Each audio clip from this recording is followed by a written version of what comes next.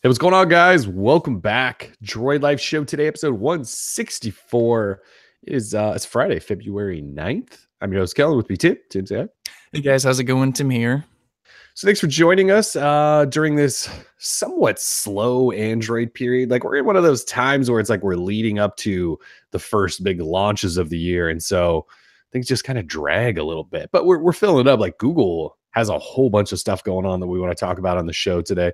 We'll catch you up on Galaxy S9 happenings, even though we're starting to really know everything that's going on there. What HTC and LG are doing, OnePlus, Essential. There's actually quite a bit of stuff going on, and we haven't done a show for a couple of weeks. So if some of this stuff sounds old, that's because we're just touching on it from last week because it's still, a big topic and all. So, anyways, we wanted to start off with a topic that kind of just came up last night and then today.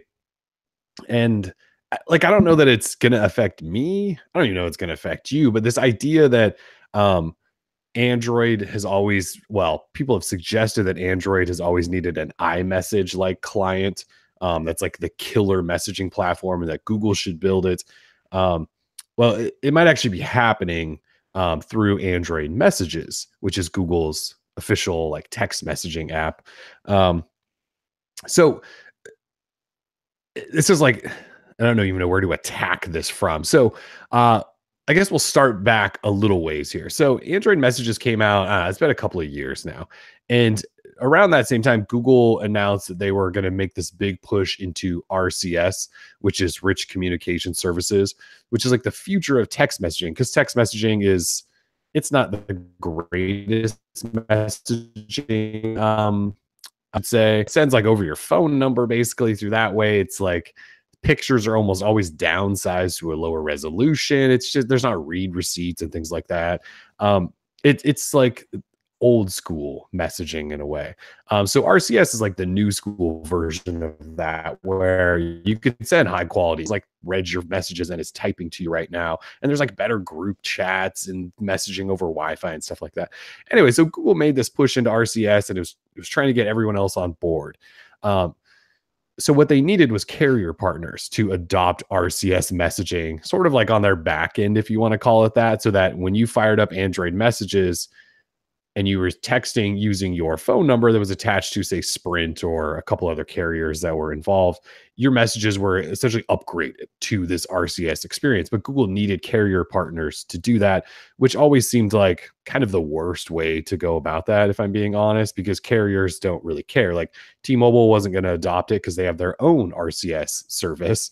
AT&T wasn't because they also do. I think Verizon even has their own that style of messaging.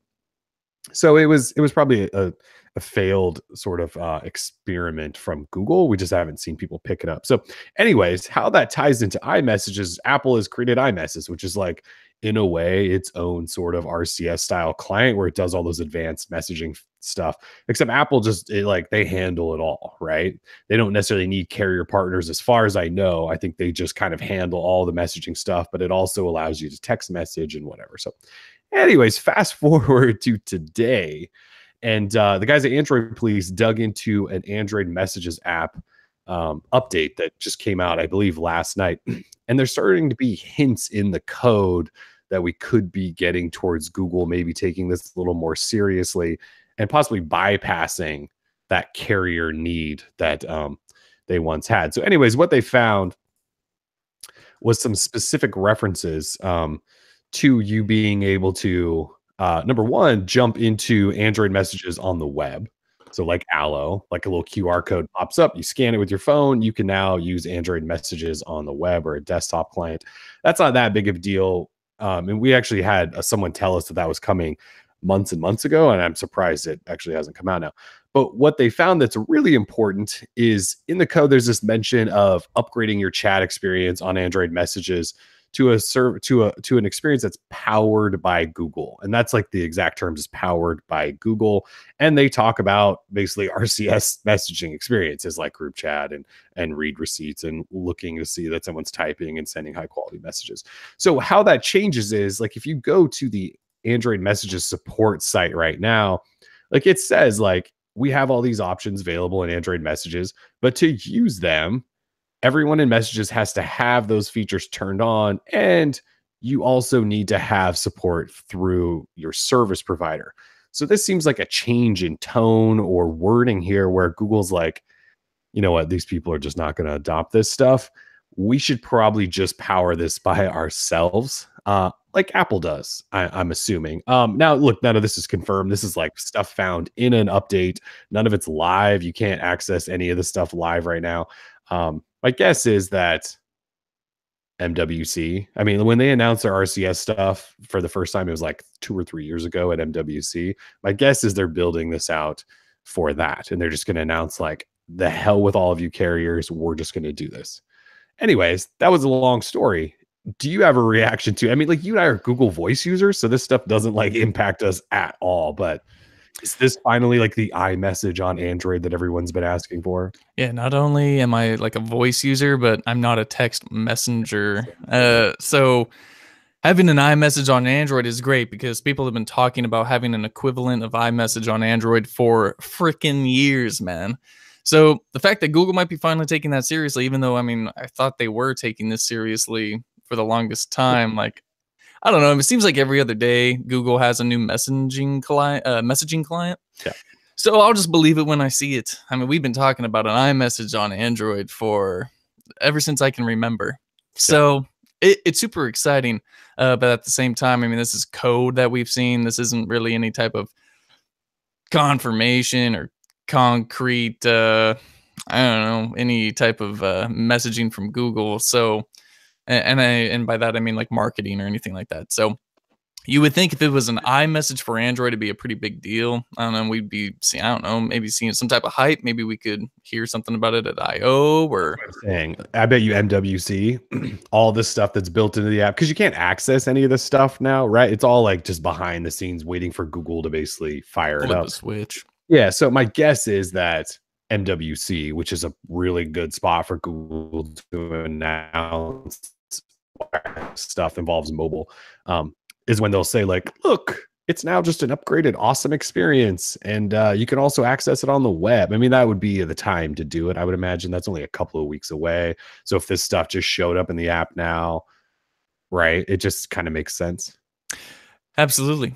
So I mean, if it does come, I'll be excited and I'll definitely try to use it. I mean, my friends with iPhones will still, my friends with iPhones will still think I'm a second class citizen because I don't have an iPhone and iMessage. But screw them.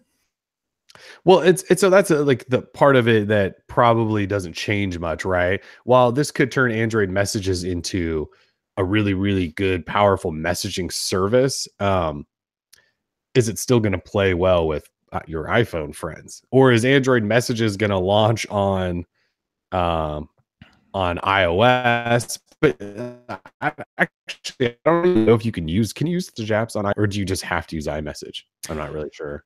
iMessage doesn't allow any type of third party. There's no APIs for developers to access. So everything that is iMessage is a closed ecosystem. Right. No, I just mean like the text message, the SMS part of iMessage. Like, can you install like a third party SMS app on iPhone? Yeah. I can't imagine why not. Okay. So what I'm getting at is then, I don't know, is Android messages? It's probably not on iOS, right? Oh yeah. I don't know.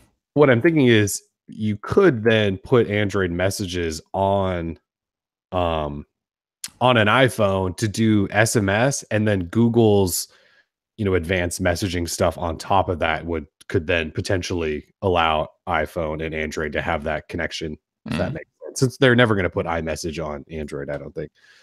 Anyways, so but if they don't, you still have the same problem, right? Like a lot of people are like, I can't talk to my iPhone friends as good because iMessage doesn't play well with Android. Like that's probably just never going to change. I hope people just understand that's how that works.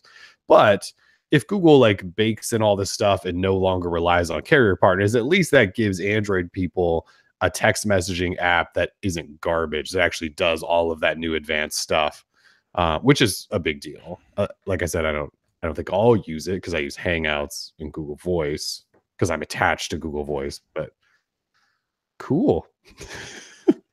It's hard for you and I to get really excited because neither of us use Android messages. I mean, do you use Android messages? I don't use Android messages. I don't use Allo. I really only use Hangouts. Like, I mean, I worked so hard to get my family and my friends using Hangouts, and now here I am. I'm the jerk. He's like, okay, I know I got you all into Hangouts, but can you actually try this service now? Like, that puts me in an awkward position. I don't want to do that. I think So I'm just waiting for that next app to say to them all, like, guys, we should switch to this one. It's cooler, it's newer, and all of that. But at this point, Hangouts still does everything I wanted to do, even though it doesn't get updates anymore. It still does what I wanted to do. yeah, I mean, what's actually nice is that Gboard gets updated and it gets features that I want to be inside other messaging applications like GIF search and all that stuff. So, like, I mean, that's really all I need. I want to send some GIFs. I want to send some pictures and videos and whatever, and I can do that through Hangouts, and it's fine. And plus, it's like an IM client, so it allows you and I to just talk freely. Like, we don't have to send messages or anything. Like, it's stupid. Yeah. So, Yeah. Hangouts works fine for me.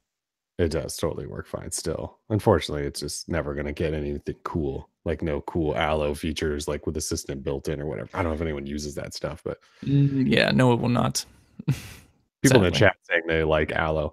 I actually like Allo as a chat service. It's actually cool. The problem is it still has the same issues. No multi-account access, no multi-device access. Like Tim and I, again, we're probably the minority, but we can't use it. Like I often have two phones. I can't access Allo on both of those at the same time. And it's, it's not attached to my Google account, which I know is part of the point of it, but that's also like its greatest flaw, I think, is that it's not attached to your Google account. So we tried when it came for when like the official desktop client came, or like we tried, and I think you and I tried for like a day or two to see if we could work with that. But no, it's not the same. We always fall back on Hangouts just because it works. And that's what I want. I just want something that works.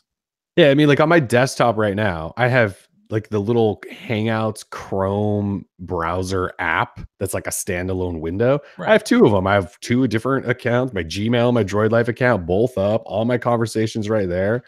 I can't do that on Allo. So yeah, it is what it is. But again, Allo is a cool app. Like it's built well. It has some cool features. You can shout or whatever you do, but it still has the same problems it had from day one. For us anyway. And I feel like a lot of people kind of echo our issues with it. But we are the minority, so keep that in mind. That is true, we are. But anyway, the big news today is this stuff that might be coming to Android messages. Again, this like isn't like confirmed, it's just looks like. That's like kind of all we can say. It looks like Google is going to sort of turn it into the fully powered messaging app. It should be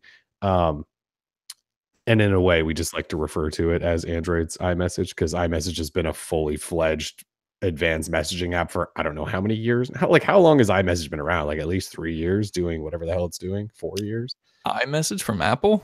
I mean, like the current version that's like really powerful that everyone's obsessed with. It's like 3 or 4 years. Oh, I don't know. I've thought that launched like a long time ago and that they've been obsessed with iMessage forever. But I mean, I've never had an iPhone. I really don't do much research in terms of iOS, so I'm no help. I'm just looking right now. There's a Wikipedia page. I mean, this says 2011, but I don't think like, I swear, wait, let's see. 2012, 2000. I mean, this says 2011, but iMessage has been around for a long time. I know. I just didn't think it had been like this version that's actually a really powerful messaging app. I thought like there was like it had a big update. It's something that changed, but maybe it has been around that long, which is really embarrassing for Google.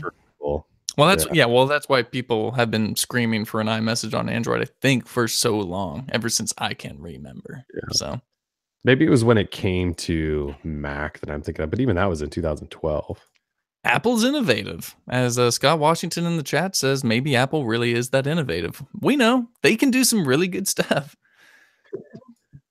Everyone has a good idea where they sort of project what the industry will do in the future, and they get it right. I mean, obviously the iPhone's number one in that, but like iMessage, they made this bet on iMessage where they locked everyone in years and years ago, and it's probably one of their smartest moves ever. I mean, people won't leave an iPhone because of iMessage. Like people won't switch to an Android phone, even if like, let's say the Pixel 2 XL didn't have a blue screen and everyone thought it was the greatest thing ever. People wouldn't leave their iPhone for it because of iMessage. Like it's smart on Apple's part, but it's really, really terrible just for the industry in general.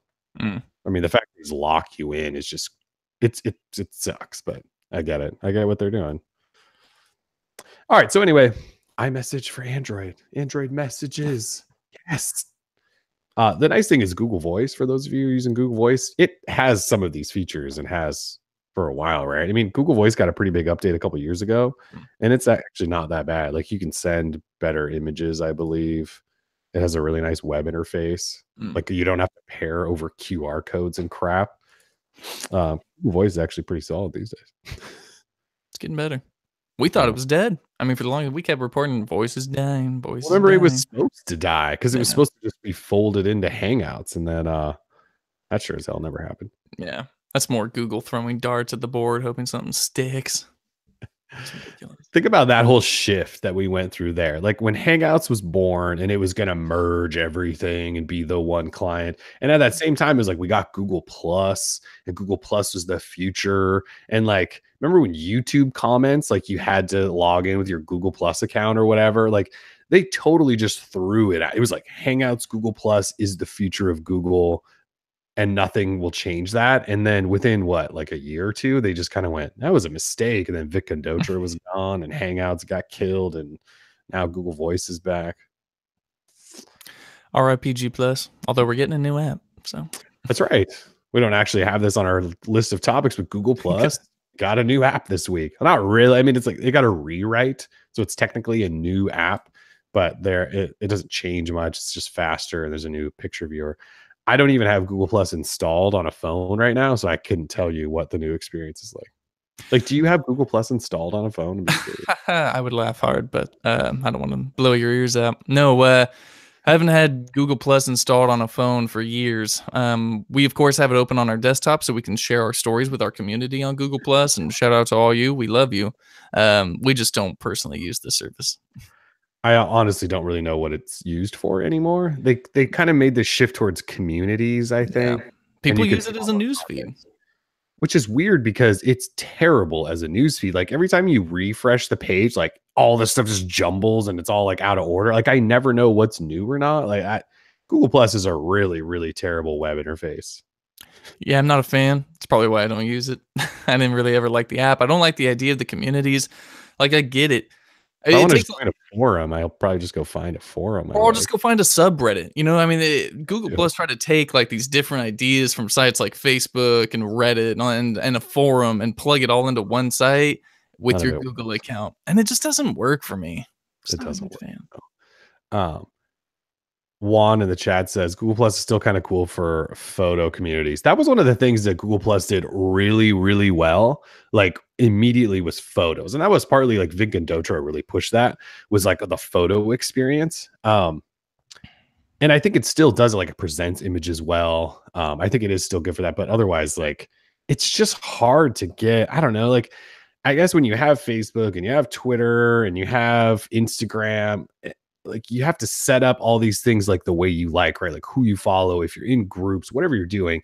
And like Google Plus it's changed a couple of times to where I feel like you have to like reset how you view it and interact with it.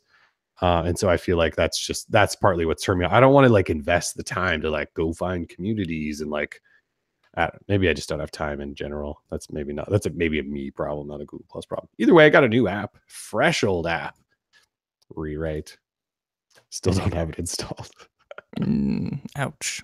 Well, they stopped bundling it, right, with like the Google app package. And so I never installed it again. RIP. Yeah. All right. Let's talk for a second about system updates on Google Play. So this goes back a few months anyway, but one of the Google engineers pointed out on Google Plus of all places that we all smack dates coming out. He's like, hey, this actually works now. Like when you press this, we flag it as a user initiated action, and then you'll actually pull the update, whether or not you're supposed to get it during their stage rollout or not. He told us that, and then it never happened. And then like 2 or 3 months later, the dude showed back up and was like, whoops, sorry, that's broken. We'll fix it. It'll be fixed next year. I think he even said like early in the year. So we just all assumed that maybe like the January update when that rolled out, it would fix it. It didn't happen. But this week, a Google Play Services update appears to have actually made it work. So February's security patch rolled out at the beginning of the week, and a Google Play Services update at least in the beta channel, joined it as version 12, and people who updated to that like immediately went in and checked for update, and it pulled the update. I still don't have this 12.2, and I'm in the beta. So I not only don't have that, I couldn't check for updates. I had to manually flash the OTA image, which while I can do that, like I would love to just be able to, like an OTA image is like a terabyte these days or something like that, or a gig. That's not a terabyte, it's a gig. Calm down. It's over a gig these days. So I have a fast internet connection, I can download it. I get it, but I'd rather update to like the 50 megabyte file, but whatever. Anyways, you can hammer that button now. Just hammer away. It works. Yeah. I got it, I think 2 nights ago, not last night, but the previous night. And I entered the Google Play Services beta, updated that, and I mean, nothing happened after that. Like I clicked on the update button, nothing happened, but then the OTA just showed up. So, I mean, I'm a happy user. This is the first time an OTA has actually like arrived on time for me. I mean, I was in the Android beta program. What was this, back in late last year, and I never got I never got 8.1.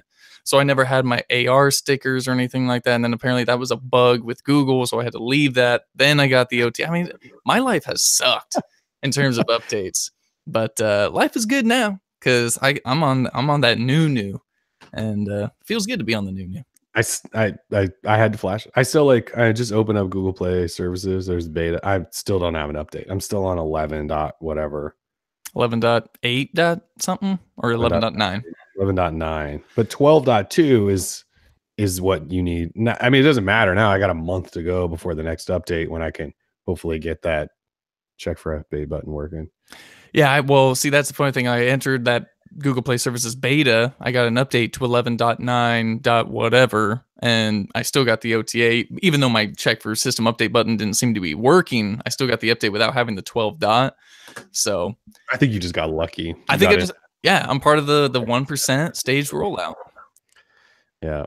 Actually, this whole conversation prompted me to write like this stupidly lengthy piece about how I think Google should allow us to force updates on apps as well.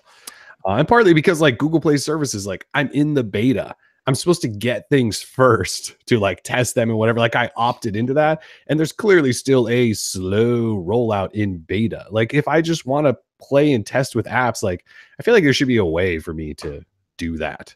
And Google won't. I actually talked about how it took a lot of the fun out of Android apps in general. Like when apps used to roll out, like we'd all go get them, right? We'd all like download them at the same time, the whole community. We dive in, find features together, new stuff together, share things, whatever, right? Like it was fun.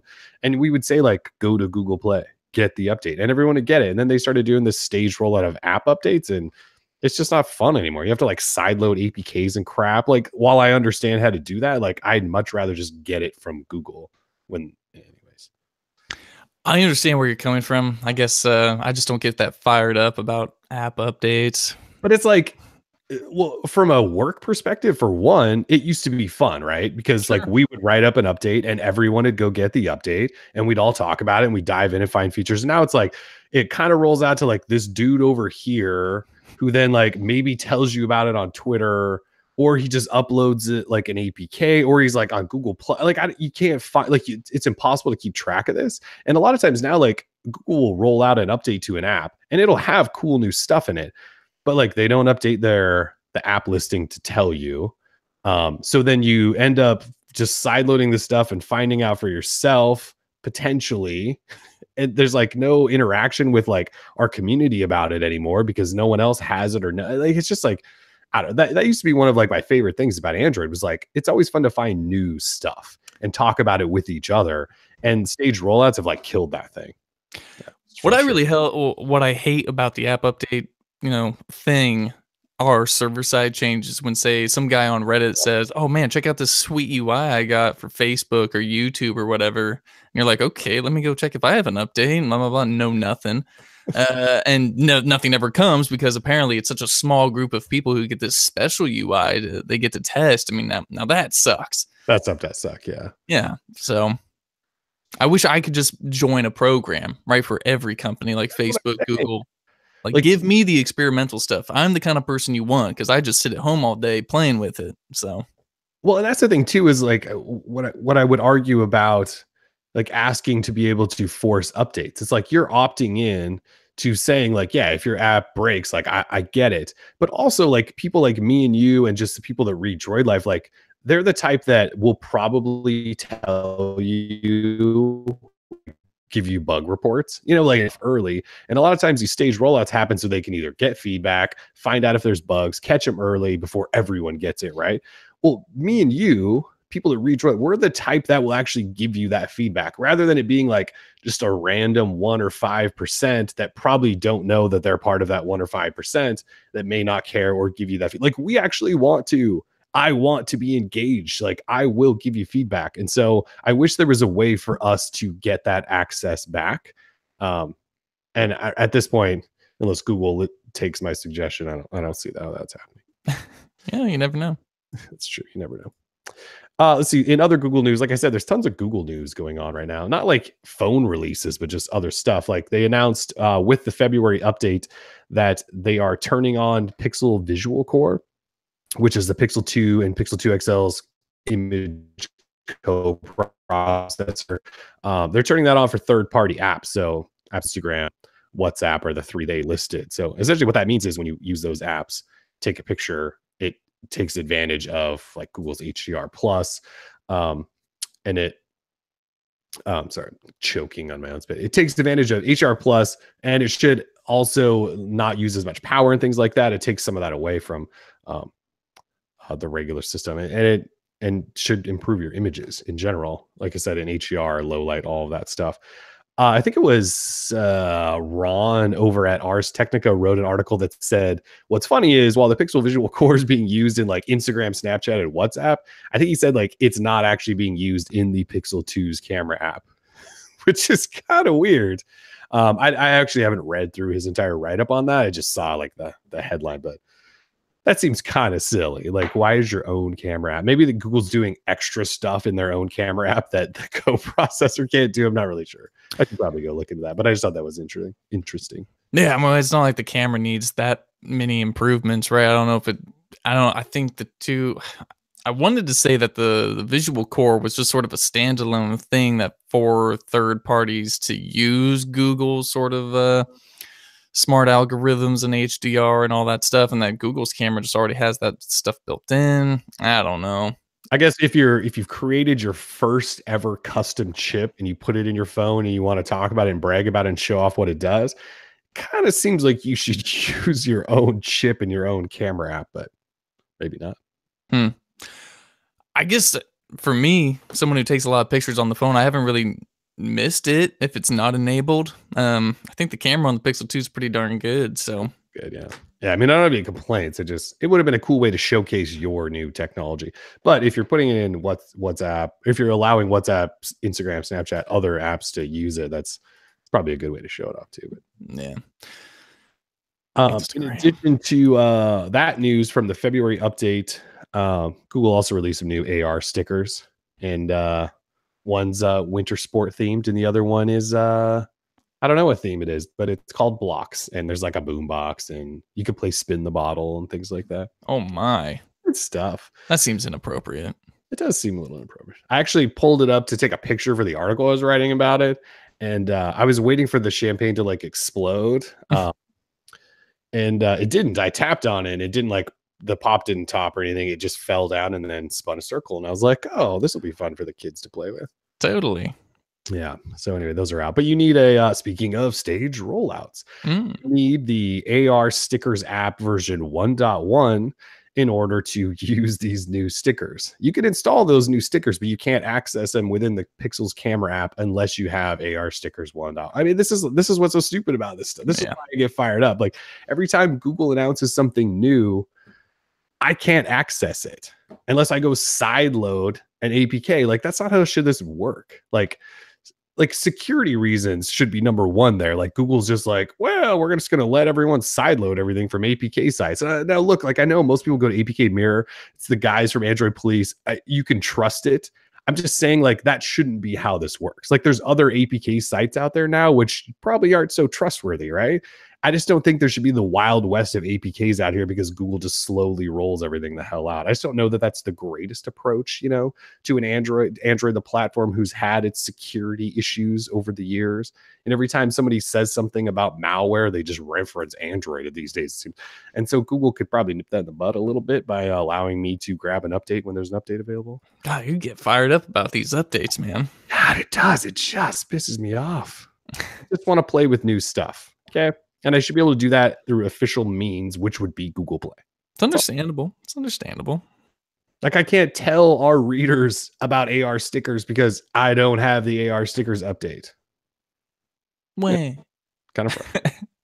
My life sucks. My life does suck, apparently. Yeah. Okay, anyway. Out of there, unless you want to talk anymore about Pixel Visual Core. No. Okay, then. There was a report this week from The Information that said Google readying a game streaming service and possibly a standalone console. I think you know much more about this. Do you want to talk about this? Yeah, we can dive into this. So, game streaming service, codename Yeti, will probably not launch with the name Yeti, just code name. Yeti is a lot like NVIDIA's GeForce Now, where say you have a cloud library of gaming titles that can be streamed via the web to what they report could just be Chromecast or this reported standalone console. So basically the way GeForce Now works, you pay a small monthly fee, I think it's $8 a month, and you get access to these titles. These are they are AAA titles, but they are technically AAA titles from years ago. So they were once the pinnacle, the greatest games available. Things like Dead Island, a lot of racing games, stuff like that. They took good computing power back in the day, but now, you know, you're able to stream these things in 1080 and even 4K HDR, I think some of the titles. So it's a pretty sweet idea. However, we don't know what types of titles Google would want to stream. We don't know if we're talking like just Android titles, because you have to remember that if we're talking about streaming to a Chromecast device, I don't know exactly what type of titles that thing can handle or the type of speeds it can take in and push out through its little HDMI port. We just don't know. So what I was assuming is that they were just going to be Android titles, and you maybe just pay a certain fee and have access to a bunch of titles. But again, the information was very lacking in terms of details for that. Not only that, we don't know how you would control the titles. Would you use your phone if you're streaming to a Chromecast? Or but then this is where the standalone console comes in. So what they did is they hired a video game executive who used to work on for Sony and Microsoft. He's got like 20 years in the business, working on Xbox and PlayStation, so he knows what he's doing. Real deal. Yeah, so you don't bring in an exec like this unless you're getting serious about a console. But taking a step aside from that, though, I hate how we always say Google is like going to take something seriously by doing this or that. Like, I think they do everything seriously, but anyway, moving on. So basically what we do know, or what we think we know, is that Google is working on a cloud streaming gaming service.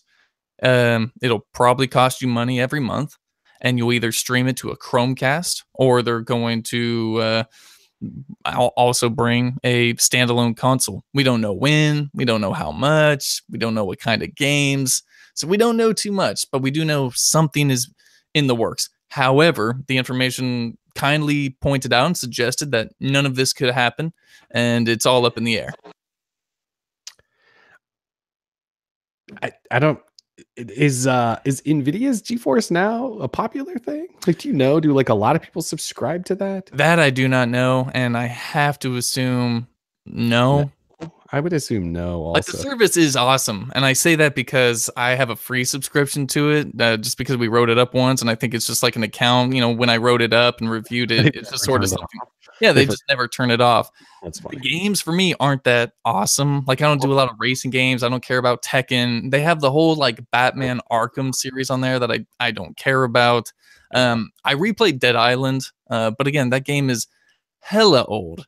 And I love it, but I'm not just, you know, they're adding new titles all the time. They've got No Man's Sky on there. So I didn't buy No Man's Sky for console because I heard it was hot trash. But I played it on GeForce Now. I streamed it. It looked awesome on my TV. Like, it was a lot of fun.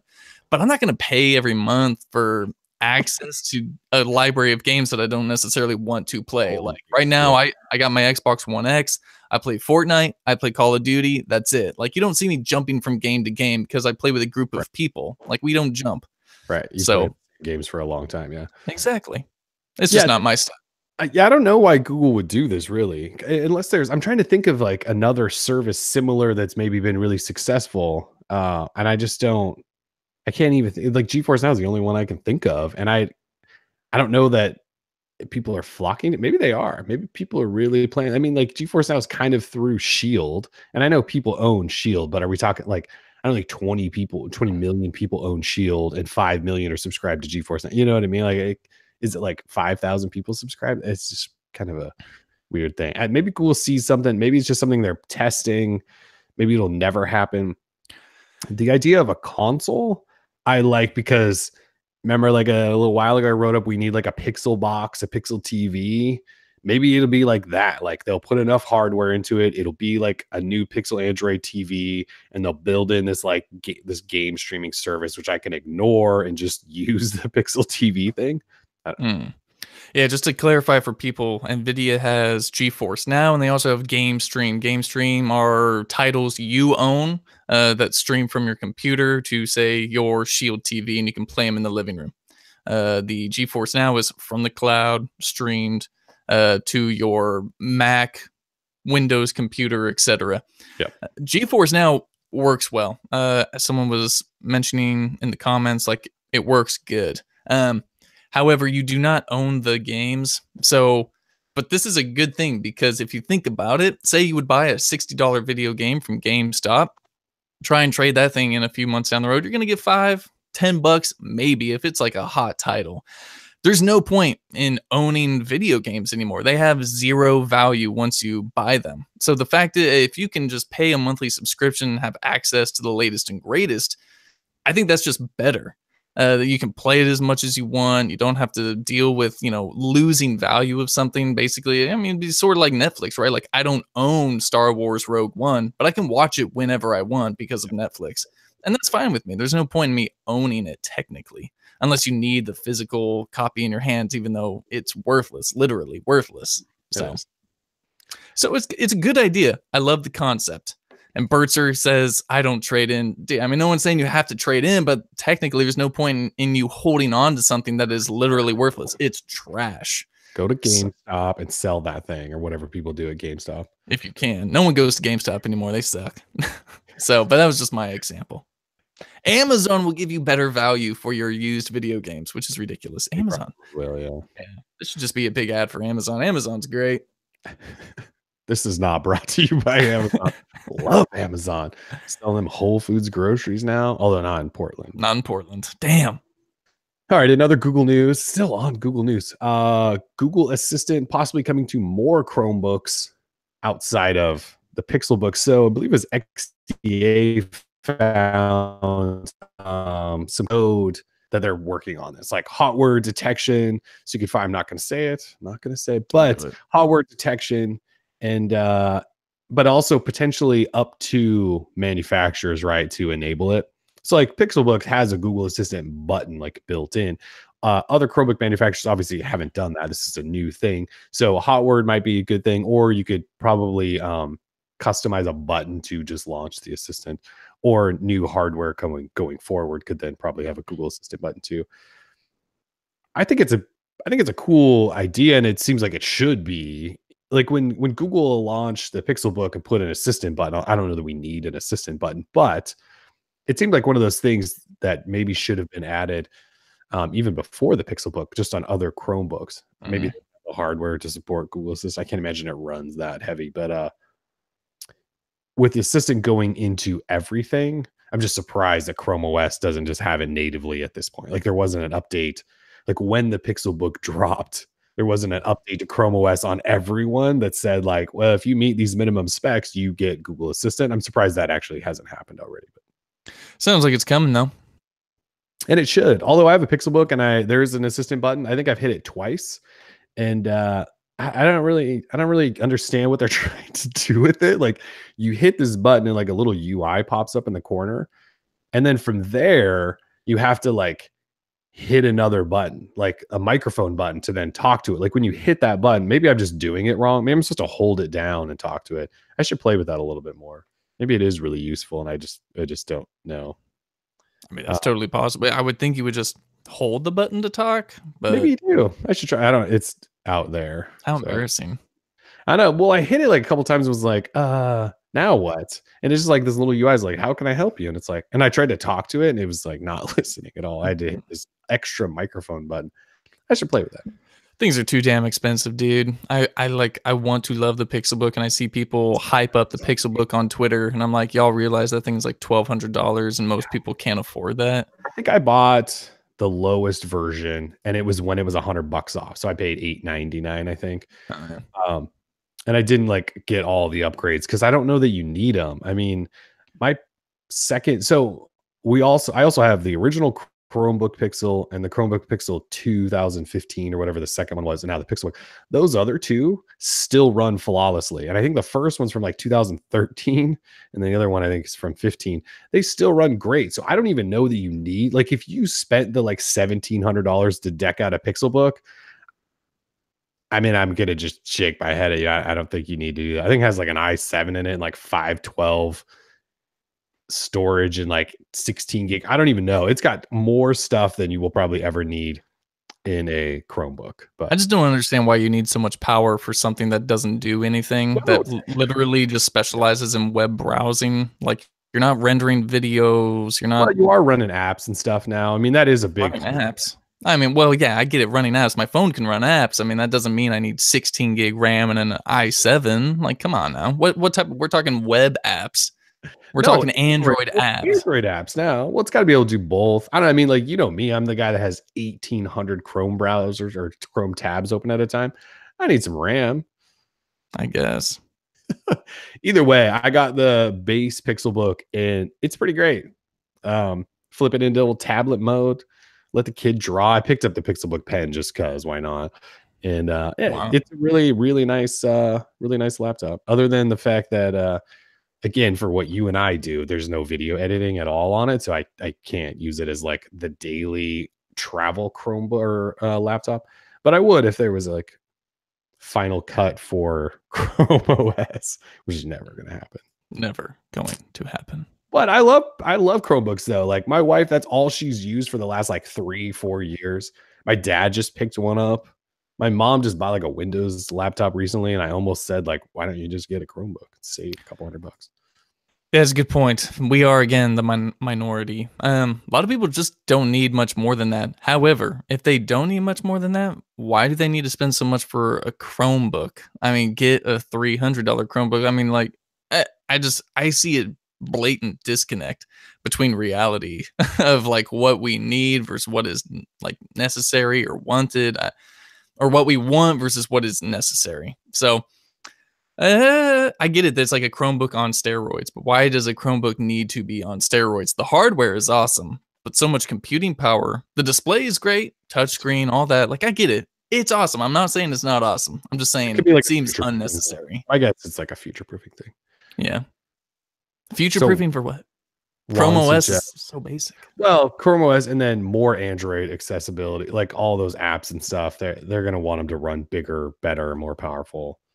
Isn't the whole point of Android though is they're trying to make it more simple to run on weaker machines? They're not trying to make it more processor intense. They're trying to make it less processor intense. So I'm just thinking, if you want to create like a legitimate computing platform that sits on a desktop or a laptop, the whole like multitasking, running multiple services and tasks at a time, you do need power to do that. I mean, as efficient as Chrome runs and Android apps are starting to run, if you want to do more, like potentially video editing like that, you power to do that. So that's my guess. And also, Google just likes making really expensive laptops to go, look how cool this is. You know what I mean? Like when they made the original Chromebook Pixel, we all went, what?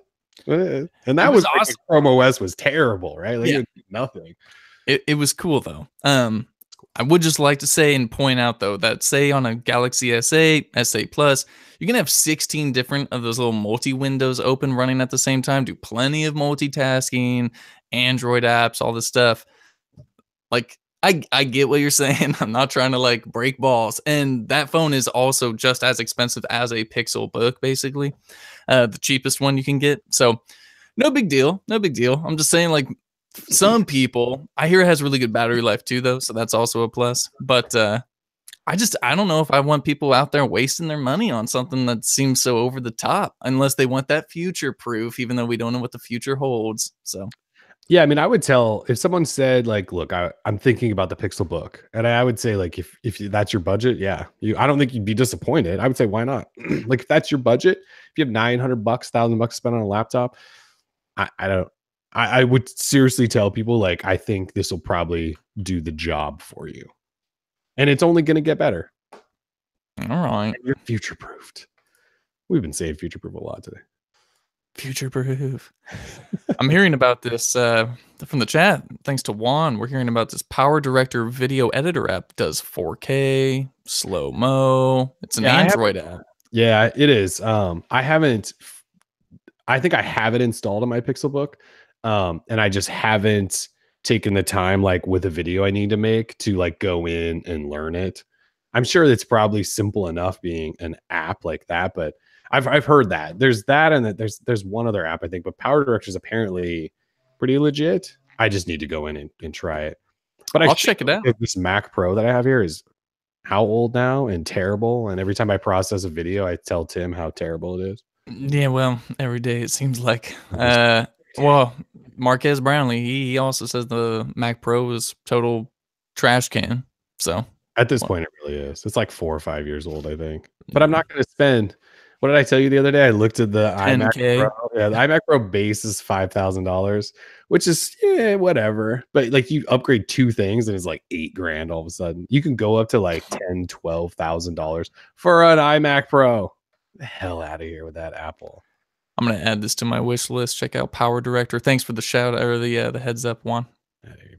Yeah, I like I said, I have it installed, I think, on my Pixelbook. I just need to try it. I think it's one of those things where I'm so used to just doing everything on my desktop here. If you tell me that Power Director is awesome, I'll drop down. I'll get a Pixelbook. I'm not afraid. I've been talking so much crap about it. The least I could do is actually try one for 30 minutes. Why don't you pick up one of those like $300 guys first, throw Power Director on there and see how it works? I think you've got like you test that. I think you've got a $300 Chromebook sitting around. Probably do. Yeah. I think I do. Yeah, an Asus Flip or something, like the original when Android first came out. Yeah. Then you're gonna see where all that money goes into. And begin.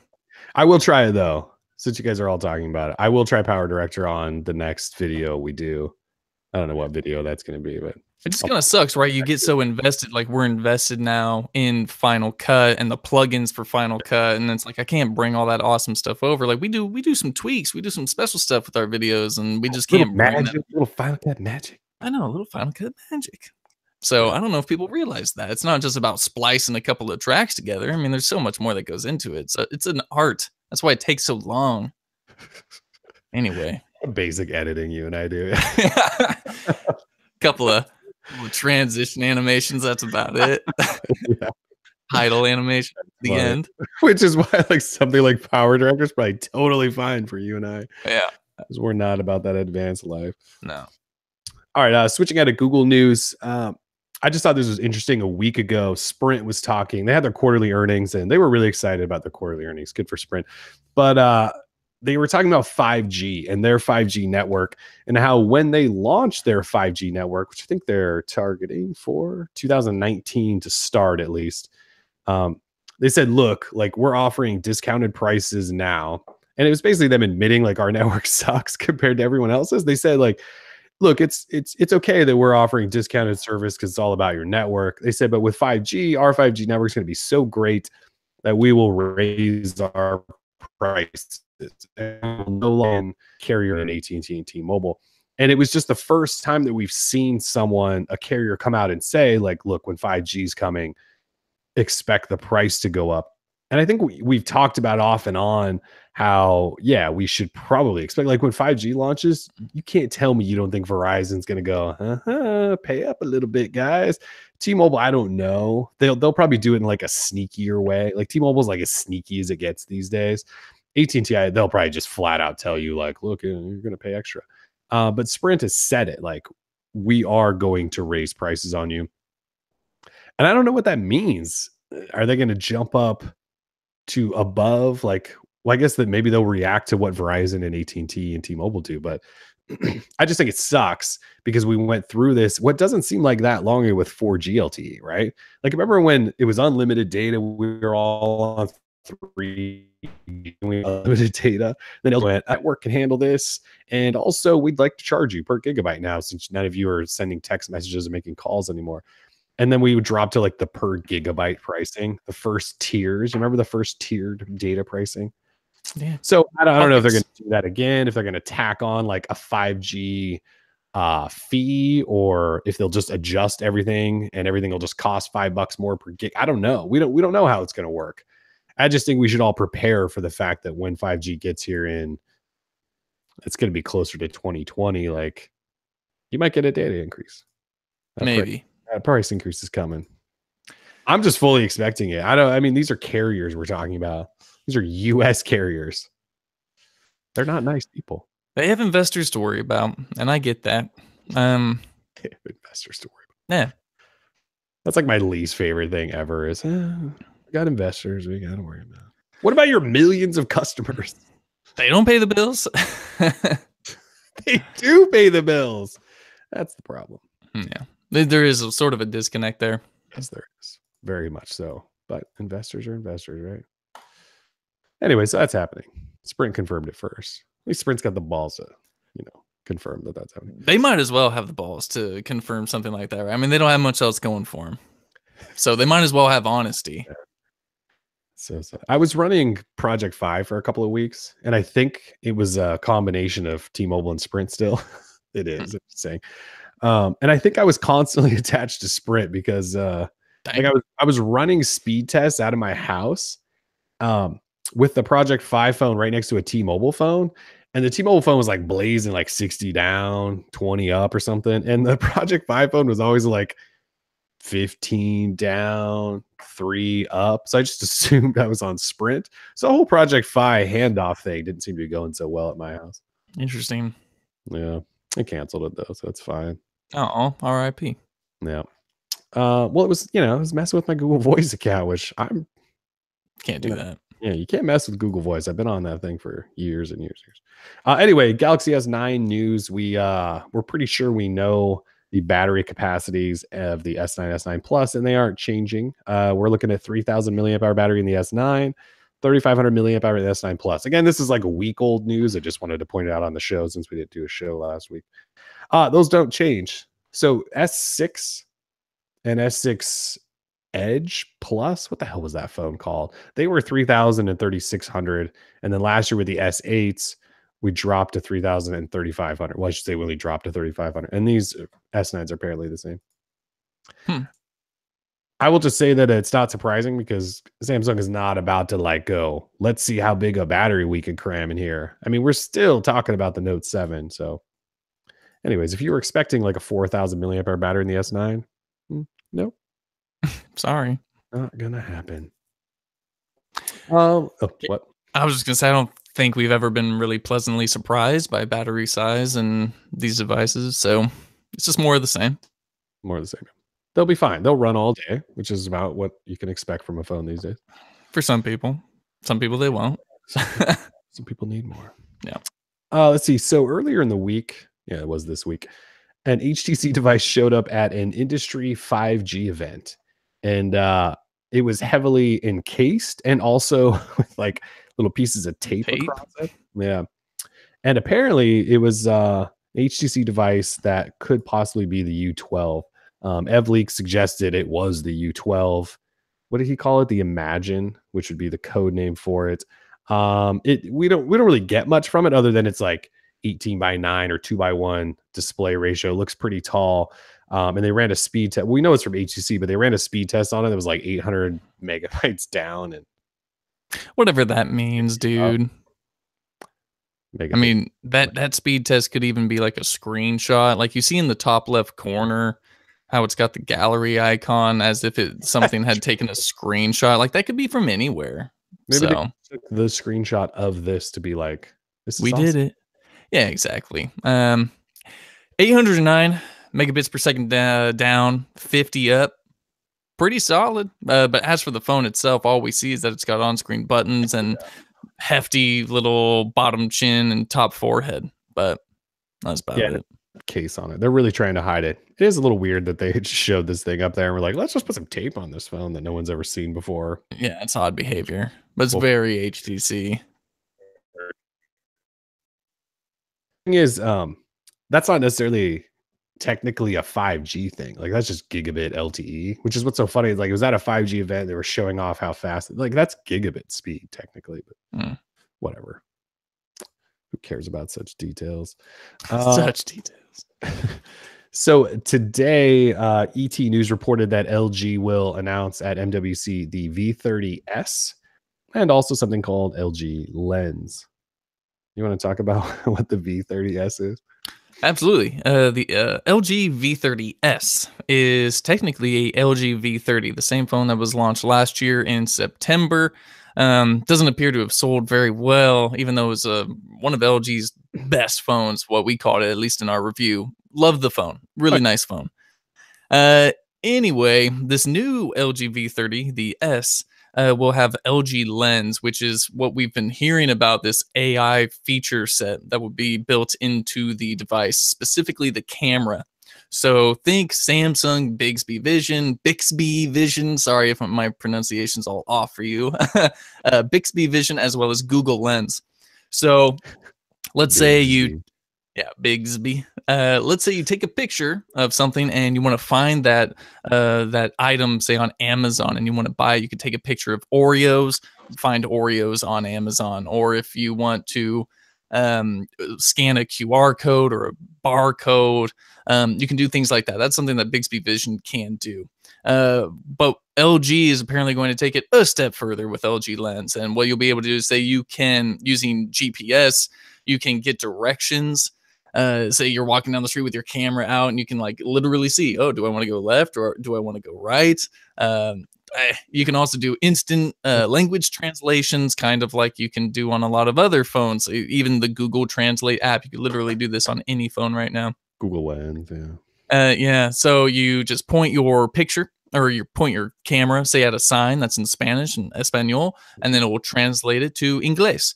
And that's great if you're traveling around to, say, a different country, or I don't know, you're in a Russian supermarket, or a Spanish market. It's good for that. So it sounds cool. LG Lens sounds cool, but it is really just Bixby Vision and LG Lens, which means it's not that cool, and that's disappointing. So LG already didn't really have like a winner, like a seller in the V30. Even though the phone was great, it just really didn't catch on. So apparently people didn't buy it. That's the thing. That's the problem, right? And so now they're just going to slap an S on it, throw in LG Lens, and maybe hope that it sells.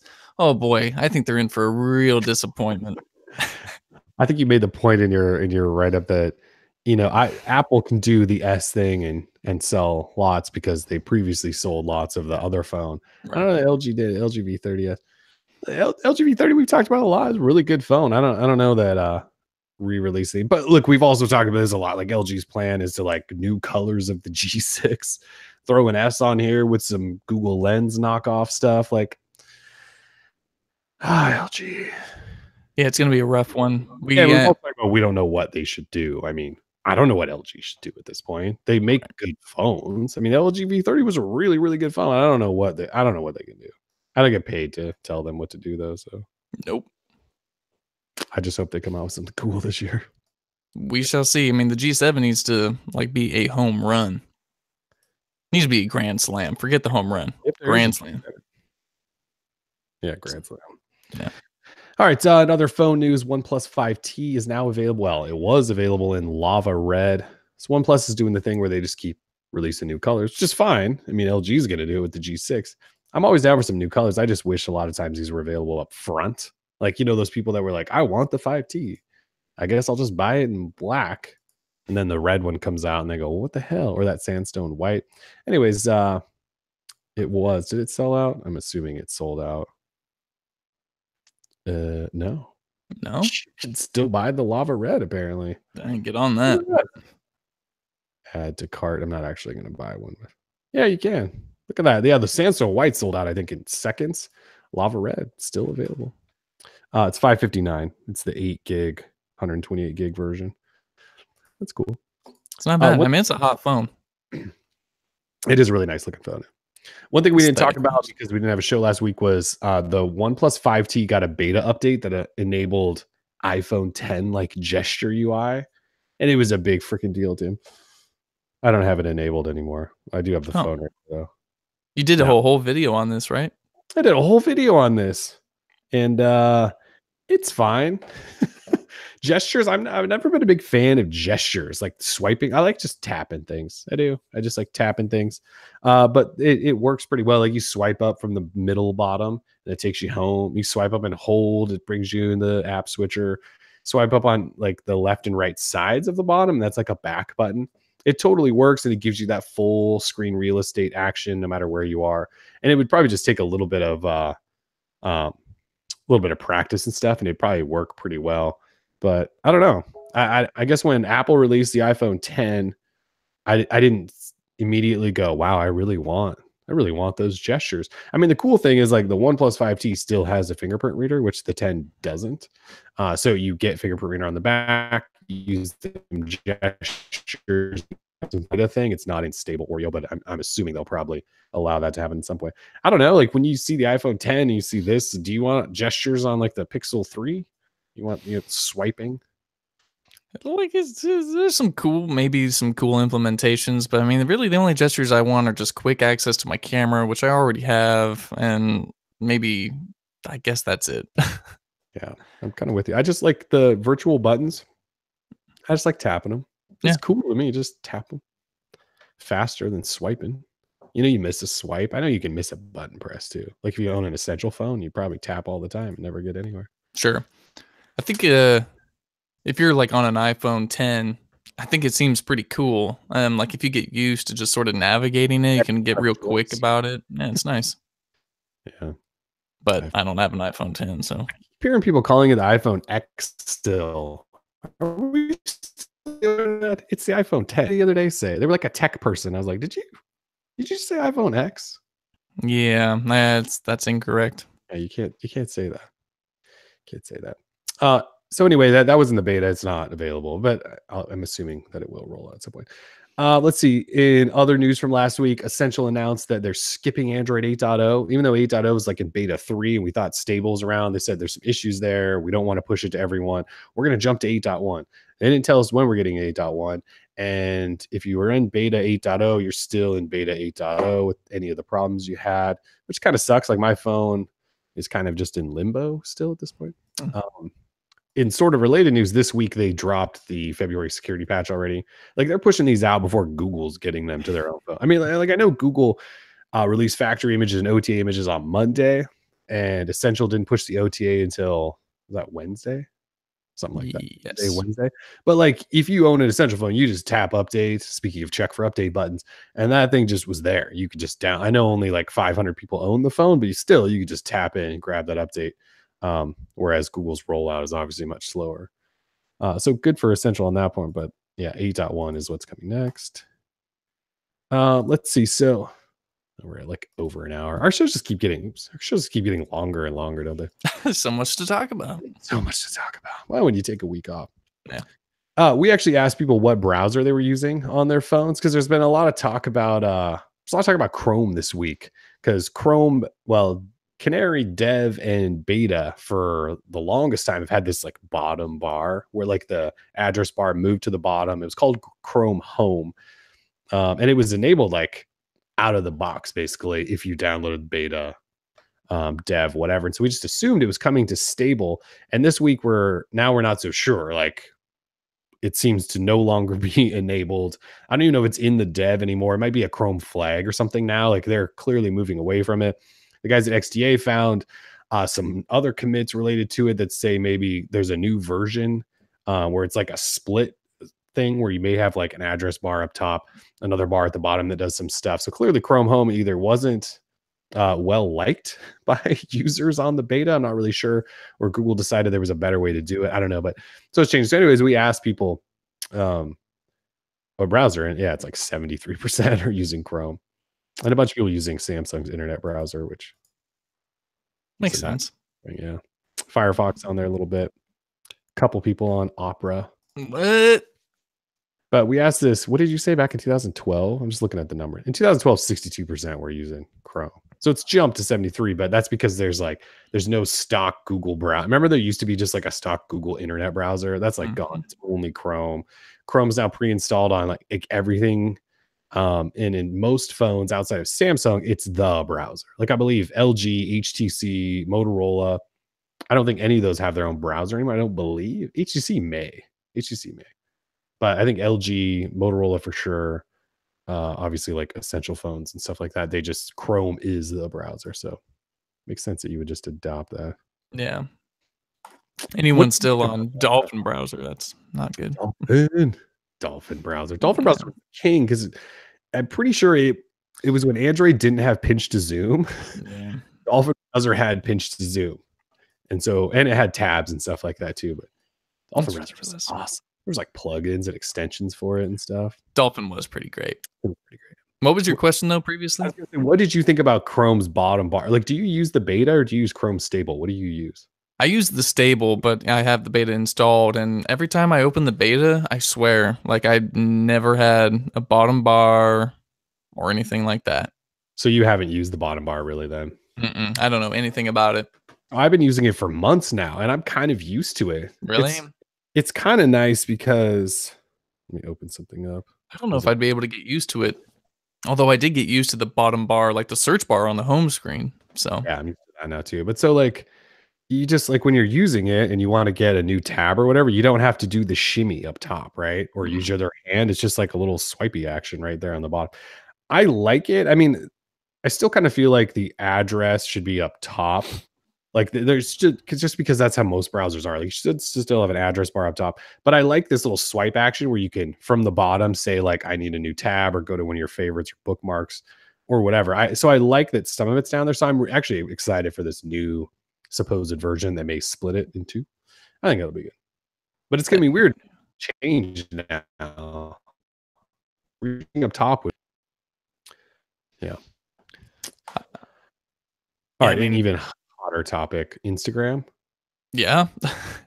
Tim was fed up with Instagram this week. They introduced something where you can write text or something. You can just post text, like there's a feature. And I'm with you in that doesn't seem very Instagram-y. The whole point was like to create photo, like take pictures or upload a photo you've actually taken. And now there's like people type text out on Instagram. That's like an immediate unfollow, I think, if you do that. But so Tim was mad and he asked if everyone's using Instagram still, and 60% DL readers still using Instagram. Did you know that? That's it's pretty good, I guess, for Instagram. Well, yeah. I mean, I've fallen off. Right. It's good for them. It's not even just like the letter thing. It's the whole chronological thing, man. Like it's total BS. Like so I follow certain accounts where timing is everything. And sure, I could put on post notifications. I guess I just don't take it that seriously. But say if there's one called what is it? Super or like secret club. And where they make like little toys. They're like one-offs. Like there's only 5 of them made.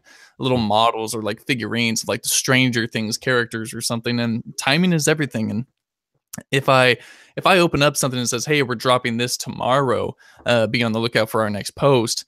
And then, but I open it up my Instagram feed and I see that was from 5 days ago. That's a problem.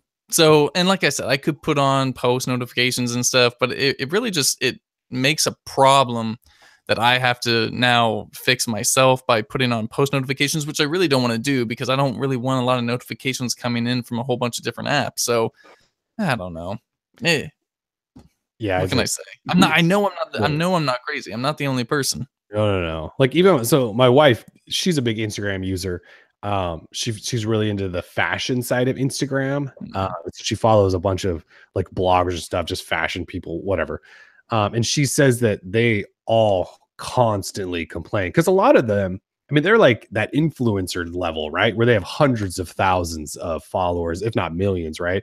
Like Instagram is part of like how they run their business. And they're like, look, we're getting less interaction. People aren't seeing our stuff anymore. She complains to me about it and tells me like what's going on. I'm like, yeah, I hate it. I just hardly use it anymore. But I didn't realize like everyone seems to feel that way. And yeah, I go in there less and less. I mean, like I was complaining on Twitter yesterday about Instagram that like I got shown an image from the Trailblazers, and it was like the box score picture the Blazers had posted from their game against Boston on the morning of Super Bowl Sunday. This was like Wednesday. Like it was from 4 days ago, and it was like a box score picture. And it's like I know Instagram doesn't know it was a box score picture from that game, but it's like you just showed me stuff from 4 days ago. And when we're talking about like a sports team, their stuff's usually pretty current on what's going. They had played another game since then, and it was showing me like 2 games ago, like a picture. Like I don't want to see that. And you also just like refresh constantly because you're hoping it'll pop up new stuff to the top of your feed. But like I don't even know how much stuff I miss anymore, or whatever. It's just Instagram used to really really be great, and now it's just a frustrating experience. I just assume I'm missing everything just because I feel the same way. Yeah, I just don't even open the app as much anymore. I'm like, okay, what's the point? So, I mean, you could just add a button that says chronological or popular. Like, just put popular or chronological. I would just go chronological. It's super easy. It's not rocket science. No, just there needs to be just a button you can flip that says chronological. Yeah. Some people may like it. Like there may be some people that, because Instagram, when they tried to sell this to us, they're like, we get those people that only check in every couple of days and we want to show them the stuff they care about the most. Right. Okay, that's fine. I understand that. But for me, who may be on it multiple times a day, I don't want to see stuff from 3 days ago. Like if I'm in the app twice in a day, I don't want to see stuff from 3 days ago. Like just show me today's stuff, or give me a separate tab that is like the most recent. Give me something. You can't do this thing that's out of order all the time. And look, I don't know that Instagram is losing users. They seem to always have good things to share about their numbers and all that stuff.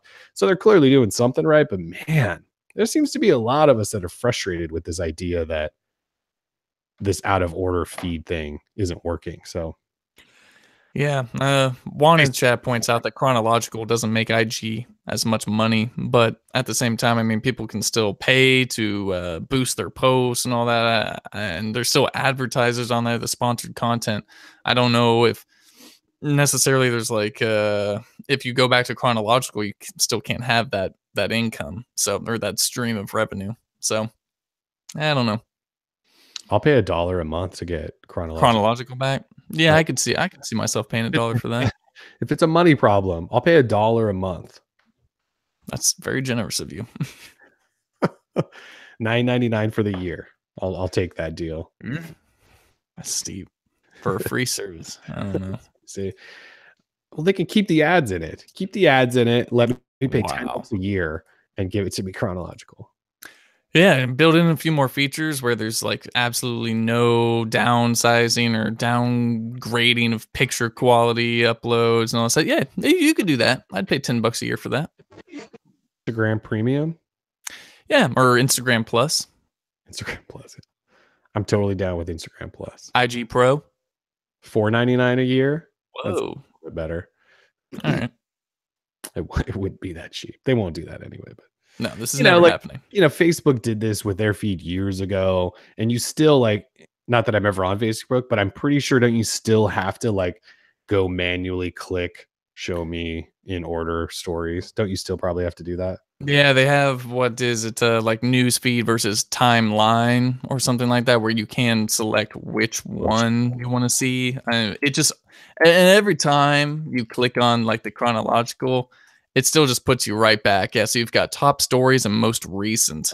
And and every time you click most recent, it always just takes you right back to the top stories. So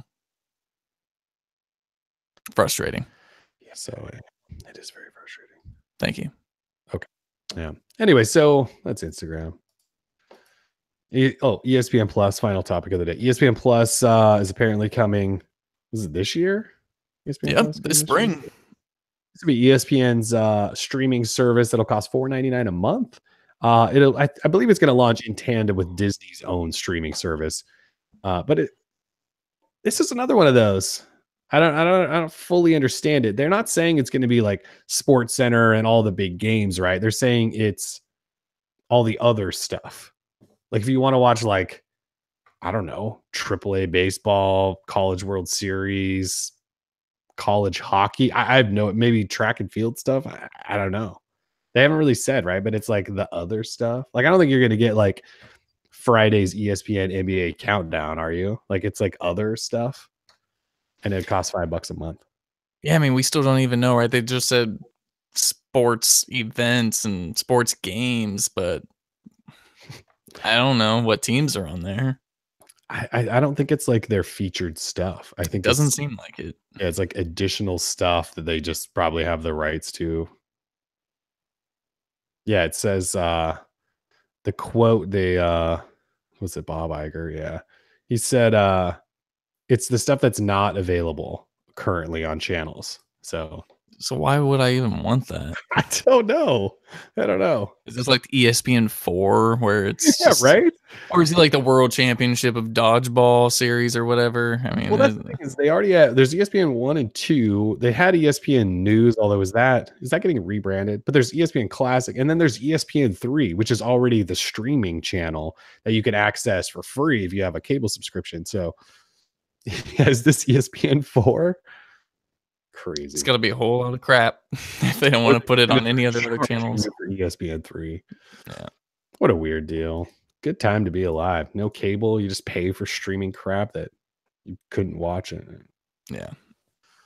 All right. Anything else you want to talk about? That's pretty much it. I think.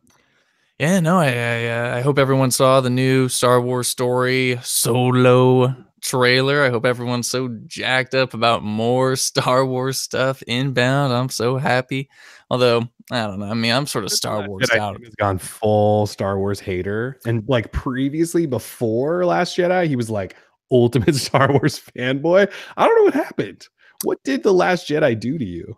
I don't know. It just sort of like rubbed me the wrong way, I guess. Like it could have just gone in like a different direction. I'm like one of those guys. Just like it was an entertaining movie. All these preconceived theories, and they all got crushed. And he's like, "Nah, this is stupid. It's stupid." I enjoyed a lot of aspects of it. Like the throne room scene was freaking ridiculous. It was awesome. But the Solo one, like I like the trailer because I like the music in it, but I don't know. I mean, do we have to give everyone a backstory? I don't know. I mean, what's next? I hear we're already talking about the Obi-Wan Kenobi prequel or standalone.